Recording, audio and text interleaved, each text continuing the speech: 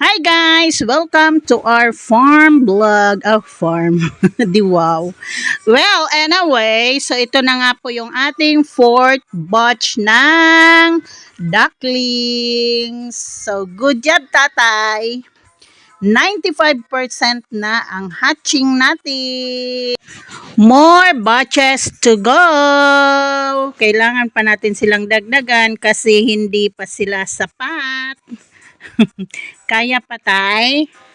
Kayang-kaya!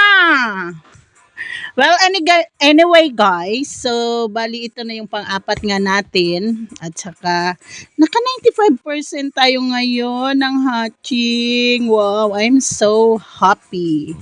So, diba, ang saya-saya. Dati, nung first batch namin, nasa 75% lang kami.